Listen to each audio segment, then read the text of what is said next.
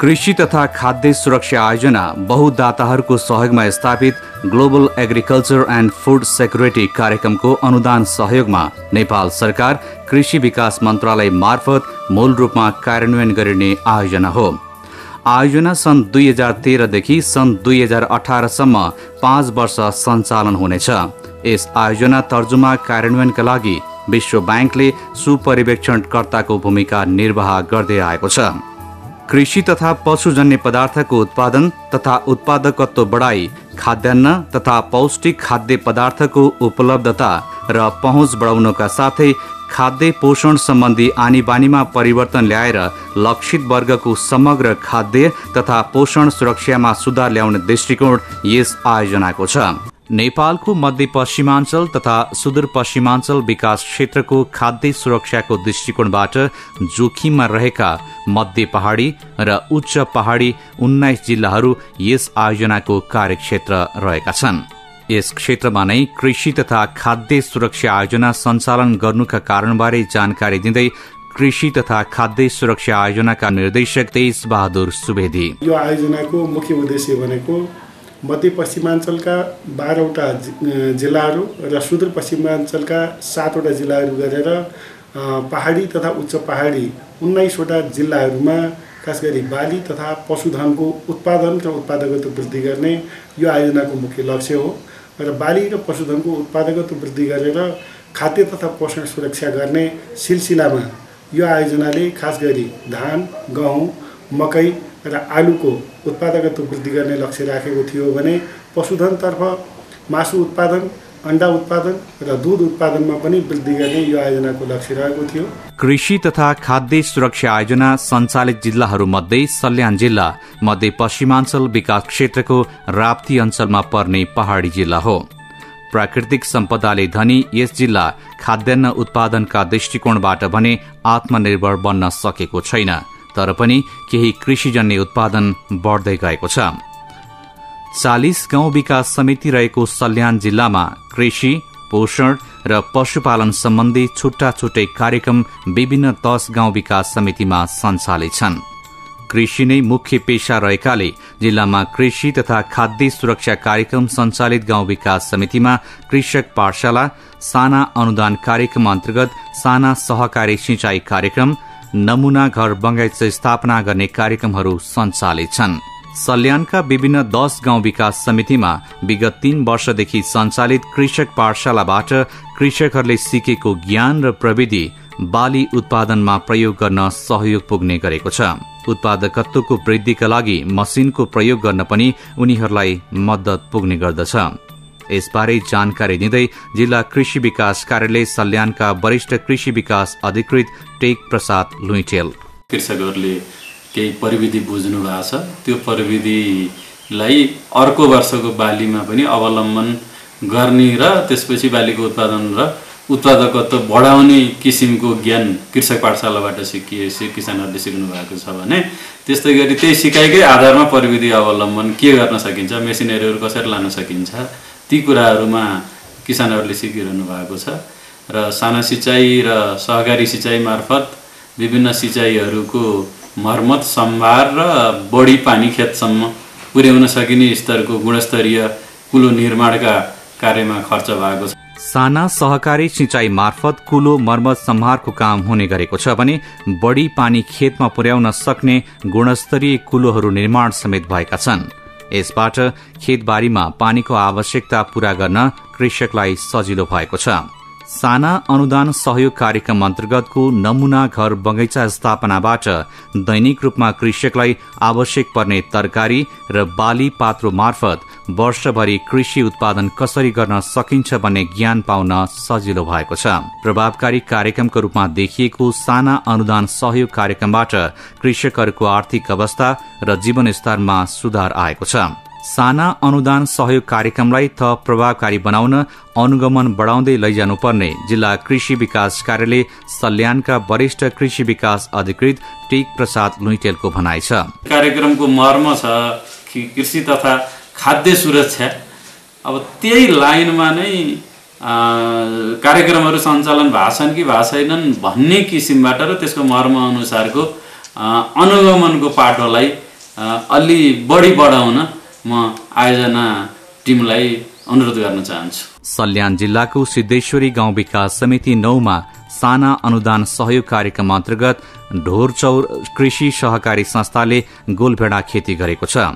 यस संस्था मार्फत 50 वटा टनेलमा 14 रोपनी जग्गा भाडामा लिएर हेमसना जातको गोलभेडा खेती गरिएको हो। साना अनुदान सहयोग कार्यक्रमबाट प्राप्त 3 लाख र सहकारी सदस्यहरूबाट संकलित रकम गरी करिब 6 लाखमा गोलभेडा खेती गरिएको छ।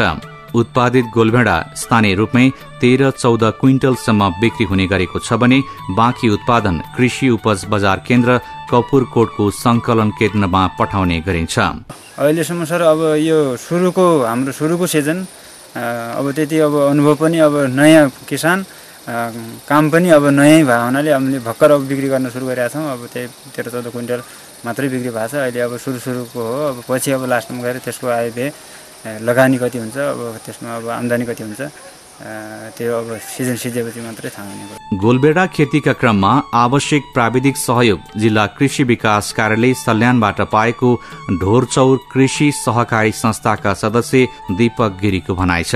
कृषि तथा खाद्य सुरक्षा कार्यक्रमलाई प्रभावकारी बनाउन सहजकर्ताहरूको भूमिका पनि निकै महत्वपूर्ण हुन्छ।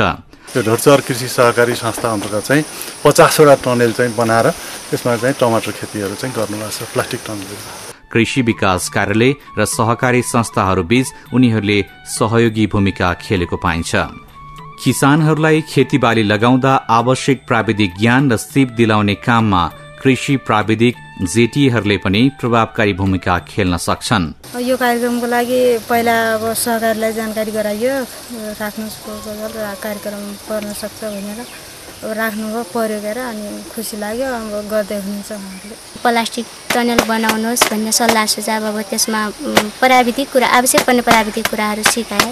शिवरत 4 घरती गाउँ सल्यानमा 27 जना मिलेर प्रगतिशील कृषक समूह स्थापना गरिएको छ। प्रगतिशील कृषक समूहले 52 वटा प्लास्टिकका टनल निर्माण गरी गोलभेडा खेती र बेमौसमी खेती गरेको छ। अनुदान रकम 3 लाख र कृषक समूहबाट 2 लाख गरी कुल 5 लाखको लागतमा यहाँ तरकारी खेती भइरहेको छ।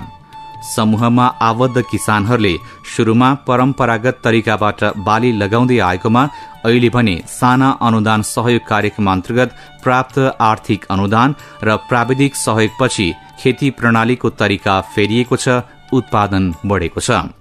यो सानो प्रपोजल खाद्य सुरक्षाबाट प्रपोजल हालेपछि प्लास्टिक घर पायौँ अनि बेमौसमिक तरकारी खेती गरेर हामीले राम्रो फाइदा पाएर फेरि अहिले पनि त्यही गरौँ, अलि 2-4 वटा थपौँ भनेर हामीले फेरि पनि प्लास्टिक घर अलि बढाएका छौँ सर। सरदर हाम्रो 50 वटा टर्नेलमा अनि हामीले सरदर त्यही 2 क्विन्टलको उसमा 5 लाख जति सबै उत्पादन गर्न सकिन्छ। हामीले अहिले फेरि जिल्ला कृषि विकास कार्यालय मार्फत 50 वटा टनेल पाएका छौँ र अहिले हाम्रो लक्ष्य भनेको 100 वटा टनेलबाट 500 क्विन्टल उत्पादन गर्ने लक्ष्य राखेका छौँ। अहिले पहिलेको भन्दा अहिले अनुभव पनि भएको छ सर। प्लास्टिकहरूबाट टमाटर खेती गरेर राम्रो आम्दानी भयो भनेर यहाँ कृषकहरूलाई उत्सुक जाएर चाहना भएर फेरि अहिले जिल्ला कृषि विकास कार्यालयले अहिलेको कार्यक्रमबाट फेरि 50 वटा प्लास्टिक थपेर अहिले हाम्रो 102 वटा प्लास्टिक घरहरू बनेको छ यहाँ र त्यसमा बेमौसमी टमाटर खेती भइराखेको छ र टमाटरबाट राम्रो आम्दानी भएको छ, राम्रो आम्दानी लिनुभएको छ। 2072 सालबाट 50 वटा टनेलमा गोलभेडा खेती गरिएको छ। किसानहरू समूहमा काम गर्दा हरेक हिस्साबाट फाइदा पुगेको अनुभव सुनाउँछन्। तर गोलभेडा खेतीका लागि दक्ष प्राविधिकको सहयोग आवश्यक रहेको र बजारको समेत उचित व्यवस्था मिलाइदिनु पर्ने माग समूहका किसानको छ। बेला बेलामा दक्ष प्राविधिक खटाएर अनि हामीलाई जस्तै बेर्ना लगाउने समयमा अनि बीचमा तपाईको रोग लाग्यो भने हामीले फोन अनि कृषि प्रसारणमा फोन गर्न बित्तिकै अनि खटाउने र अनि कुन बेला कस्तो खालको अनि मौसम अनुसारको कस्तो विषादी प्रयोग गर्ने अनि जैविक विषादी प्रयोग गर्ने त्यस्तो हामीलाई सिकाइदिएपछि त्यही राम्रो हुन्थ्यो। टमाटर लगाए बेला अब टमाटर बनाए बेला पनि बजारीकरणको अलि हामीलाई पर्नुपर्छ। बेच्न कहाँ लैजाने, पुइ जाने, उता गर्दा गर्दै त्यस्तो ठाउँ होइन भने। शिवर 4 घरती गाउँमा साना अनुदान सहयोग कार्यक्रम अन्तर्गत डाँफे कृषक समूहलाई गहुँ झार्ने थ्रेसर मसिन उपलब्ध गराइएको छ। यसबाट परम्परागत माध्यमबाट गहुँ झार्ने कामको अन्त्य भई समयको बचत हुनुका साथै कृषकहरूलाई काम गर्न सजिलो भएको छ।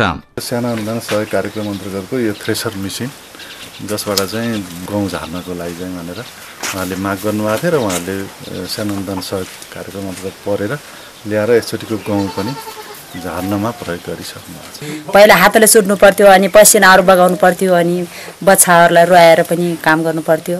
अहिले चाहिँ हामीले धेरै सुविधा पाएका छौँ। शिवरत 4 घरती गाउँ सल्यानमा रहेको लक्ष्मी सामुदायिक संस्था अन्तर्गत सुधारिएको घट्टको निर्माण अगाडि बढेको छ। कुट्ने पिस्ने लगायतका घराइसी काममा घट्टले सहयोग पुर्याउने हुँदा यसबाट महिलाहरूको कार्यबोझ कम हुने र समयको पनि बचत हुने देखिन्छ। यस गाउँ विकास समितिमा साना अनुदान सहयोग कार्यक्रम अन्तर्गत सिंचाईको काम पनि भइरहेको छ। सिंचाईको काम सम्पन्न भइसकेपछि करिब 50 रोपनी क्षेत्रमा खेतीबालीका लागि आकाशे पानीको भर पर्नुपर्ने बाध्यता हट्नेछ। यसपछि समय अनुकूलका खेतीबालीबाट कृषकहरू लाभान्वित हुने देखिन्छ। यहाँ धान, आलु, अदुवा लगायतका तरकारी खेती हुने कृषकहरू बताउँछन्। सल्यानको त्रिवेणी 7 लुहाममा त्रिवेणी सहकारी संस्था अन्तर्गतको मुनाल कृषक समूहले 50 वटा प्लास्टिकका टनल निर्माण तथा बेमौसमी तरकारी खेती गरेको छ। यस समूहमा जिल्ला कृषि विकास कार्यालय सल्यानबाट प्राप्त अनुदान रकम 3 लाख, कृषक समूहबाट 2 लाख गरी कुल 5 लाखमा तरकारी खेती गरिएको छ। त्रिवेणी लुहामका कृषक टोप बहादुर गिरी विदेशबाट फर्किएर अहिले आफ्नै माटोमा श्रम गरिरहेका छन्। स्वदेशमा मेहनत गरे कामका लागि विदेश जानु नपर्ने उनको अनुभव छ। मुनाल कृषक समूहका सदस्य उनी मौसम अनुसारको तरकारी खेती गरी जीवनस्तर सुधारमा लागिरहेका छन्। आमा बुवा दाजुभाइहरू हुन्छ उहाँहरूलाई केही विदेशमा गएर अलि दुःख हुँदो रहेछ। नेपालमै केही परिश्रम गरेर नै अगाडि बढ्नुपर्छ भन्ने हाम्रो मान्यता साथ हामी योभन्दा पहिला 10 रुपियाँले उठाएर हाम्रो समूह अहिले मासिकको 150 रुपियाँ उठाइरहेका छौँ। साना अनुदान सहयोग कार्यक्रम मार्फत त्रिवेणी 7 लुहाममा सिंचाईको व्यवस्था भएको छ। सिंचाई सुविधापछि अहिले यहाँ वर्षको 2 बाली लगाउन थालिएको छ। धान, गहुँ लगायतका बालीको उत्पादन बढेको छ। खेतीका लागि आकाशे पानीको भर पर्नुपर्ने बाध्यता हटेको छ। कुलो निर्माणका कारण कृषकहरू निकै खुसी छन्। लिन्छौँ 2 बाली राम्रोसँग लिन्छौँ। 1 बाली राम्रोसँग हुँदैन थियो। गहुँ बाली पानी नै नआएर कुलो बीचमै सितिहाल्थ्यो सर, माथितिरबाट ल्याउँदै अब त राम्रो तरिकाले आउँछ। बाली गहुँ बाली पनि राम्रो छ। सल्यान जिल्लाका विभिन्न 10 गाउँ विकास समितिमा पशुजन्य पदार्थको उत्पादन तथा उत्पादकत्व बढाई, खाद्यान्न तथा पौष्टिक खाद्य पदार्थको उपलब्धता र पहुँच बढाउन कृषि तथा खाद्य सुरक्षा कार्यक्रम अन्तर्गत विभिन्न कार्यक्रमहरू सञ्चालित छन्। 2070-71 देखि यो कार्यक्रम सुरुमा 2 वटा गाउँ विकास समितिमा मात्रै सञ्चालन गरिएको थियो, तर अहिले 10 वटा गाउँ विकास समितिमा कार्यक्रम विस्तार भएको छ। यस कार्यक्रम अन्तर्गत दुग्ध उत्पादन प्रवर्धन, किसानहरूका लागि रागो वितरण, औषधि कोषका लागि रकम कार्यक्रम, बाख्राको खोर सुधार, बाख्रा उत्पादन सुधार, घाँसको बिउ बेर्ना वितरण, गाउँ स्तर नमुना बगैँचा, कृषक पाठशाला, विभिन्न तालिमहरू लगायतका कार्यक्रम सञ्चालित छन्। पशुपालन सम्बन्धी कार्यक्रमको प्रगतिबारे जानकारी दिँदै जिल्ला पशु सेवा कार्यालय सल्यानका पशु सेवा अधिकृत सुबर सिंह ठकुरी, यस कार्यक्रम अन्तर्गत हामीलाई चाहिँ यो दुग्ध उत्पादन प्रवर्धन कार्यक्रम